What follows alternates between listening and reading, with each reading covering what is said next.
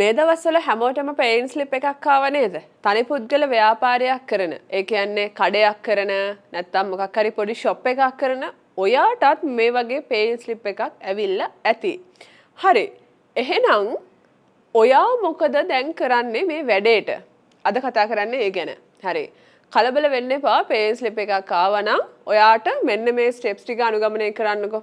ඔයාට පුළුවන් මේ ප්‍රශ්න ඉක්මනට විසඳුමක් හොයාගන්න. ඉතින් තනි පුද්ගල ව්‍යාපාරයක් නම් ඔයා කරන්නේ ඔයාට සිද්ධ වෙනවා ඔයාගේ ආදායම සහ වියදම ගණනය කරගන්න. ඒ කියන්නේ profit and loss sheet එක කියලා කියන්නේ. ඉතින් ඔයාට 2024 අප්‍රේල් මාසේ 1 වෙනිදා ඉඳලා 2025 මාර්තු මාසේ 31 වෙනිදා වෙනකන් මෙන්න මේ කාලය ඇතුලේ ඔයාගේ බිස්නස් එක ඇතුලේ විච් ආදායම් වියදම් ඔක්කොම ගලපලා ඔයාට සිද්ධ වෙනවා profit and loss sheet එකක් හදාගන්න. මෙන්න මේකේන ප්‍රතිලාභය ලක්ෂ 12කට වඩා වැඩි නම් ඔයාට යන්න එතකොට ඔයාට ටැක්ස් එකක් ගෙවන්න සිද්ධ වෙනවා. ඉතින් ඔයා අමතක කරන්න එපා. ඔයා තනි පුද්ගල ව්‍යාපාරයකට අමතරව තව මොනවා හරි ඔයා අමතර ආදායම ගන්නවා නම් ඔයාගේ ටැක්ස් එක කැල්කියුලේට් කරනකොට මෙන්න මේ දේවල් ගණනය කරගන්නත් ඕනේ. ඉතින් ඒ වගේ ඔයාගේ මේ අවුරුද්දට අදාළව ලක්ෂ 12ට වැඩි ආදායමක් තියෙනවා නම් ඔයා ටැක්ස් එක ගෙවන්න සිද්ධ වෙනවා. ඉතින් ටැක්ස් එක ගෙවන දවස සැප්තැම්බර් 30 පහ වෙලා තියෙන හැබැයි කමක් නැහැ. ඔයාට තව පරක්කු වෙන්න පැනල්ටි and ඉන්ට්‍රස්ට් charge වෙන්න පුළුවන්.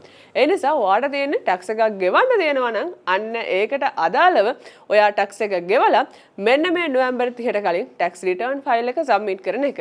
ඊළඟ ප්‍රශ්නේ තමයි අපිට එච්චර ආදායමක් නම් නැහැ. අපි මොකද කරන්න කියලා. හරි. බය වෙන්න එපා. ටැක්ස් එකක් ඔයාට ගෙවන්න නැත්තම් ඔයාට තියෙන රිටර්න් ෆයිල් එකක් දාන්න එක. ඒක කොහොමද කරන්නේ දැන්? තනි පුද්ගල ව්‍යාපාරවලට වෙනම ටින් සහ පින් නම්බර ගන්න ඕනේ නැහැ. තනි පුද්ගල ව්‍යාපාරයේ අයිතිකාරයා වෙන ඔයාගේ ටින් සහ පින් නම්බර එක පාවිච්චි කරලා ඔයාට තියෙන පර්සනල් පෝර්ටල් එකට ගිහිල්ලා ඔයාට අදාළව, ඒ කියන්නේ ඔයාගේ ව්‍යාපාරයට අදාළ profit and loss sheet එක වගේම ව්‍යාපාරයට වෙනම බැංක් account එකක් තියෙනවා නම් මෙන්න මේකේ bank balance confirmation එක ඔයා submit කරලා ඔයාට පුළුවන් ඔයාගේ රිටර්න් ෆයිලින් එක දාන්න. ඊටත් අමතරව වෙනත් ආදායම් තියෙනවා නම් මම ආයෙමත් කියනවා අන්න ඒ ආදායම් වලට අදාළ ඩොකියුමන්ට් ටිකත් ඔක්කොම සබ්මිට් කරලා ඔයාගේ ටැක්ස් රිටර්න් ෆයිල් එක නොවැම්බර් 30ට කලින් කරගන්න ඕනේ. ඉතින් ඔයාට දැන් මේ ප්‍රශ්නේ විසඳනා කියලා හිතනවා. ඉතින් ඔයාට මීට අමතරව මොනවා හරි ප්‍රශ්න තියෙනවා නම් මෙන්න මේ පහළ තියෙන නම්බර එකට කෝල් කරන්න. Simple Books අපි ඉන්න ඔයාට ඕනම බදු සේවාවක් සහ උපදේශනයක් ලබා දෙන්න.